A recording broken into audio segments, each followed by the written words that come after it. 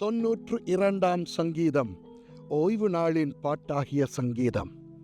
கர்த்தரை துதிப்பதும், உன்னதமானவரே உமது நாமத்தை கீர்த்தனம் பண்ணுவதும், 10 நரம்பு வீணையினாலும் தம்புருவினாலும் தியானத்தோடு வாசிக்கும் சுரமண்டலத்தினாலும், காலையிலே உமது கிருபையையும் இரவிலே உமது சத்தியத்தையும் அறிவிப்பதும் நலமாயிருக்கும்.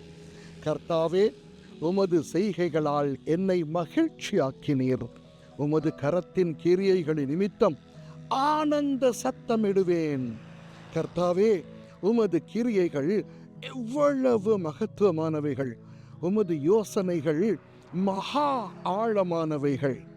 மிருக குணமுள்ள மனுஷன் அதை அறியான், மூடன் அதை உணரான்.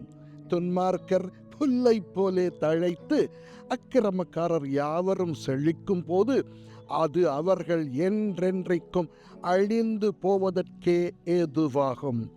கர்த்தாவே, நீர் என்றென்றைக்கும் உன்னதமானவராயிருக்கிறீர். கர்த்தாவே, உமது சத்துருக்கள் அழிவார்கள், உமது சத்துருக்கள் அழிந்தே போவார்கள். சகல அக்கிரமக்காரரும் சிதறுண்டு போவார்கள். என் கொம்பை காண்டாமிருகத்தின் கொம்பை போல உயர்த்துவீர்.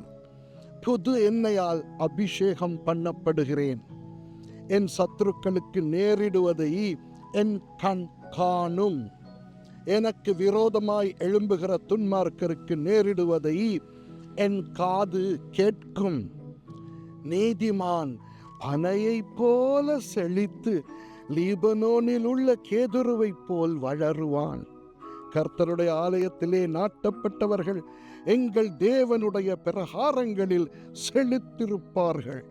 கர்த்தர் உத்தமர் என்றும் என் கண்மலையாகிய அவரிடத்தில் அநீதி இல்லை என்றும் விளங்க பண்ணும்படி அவர்கள் முதிர் வயதிலும் கனி தந்து புஷ்டியும் அசுமையுமாய் இருப்பார்கள். ஆமென்.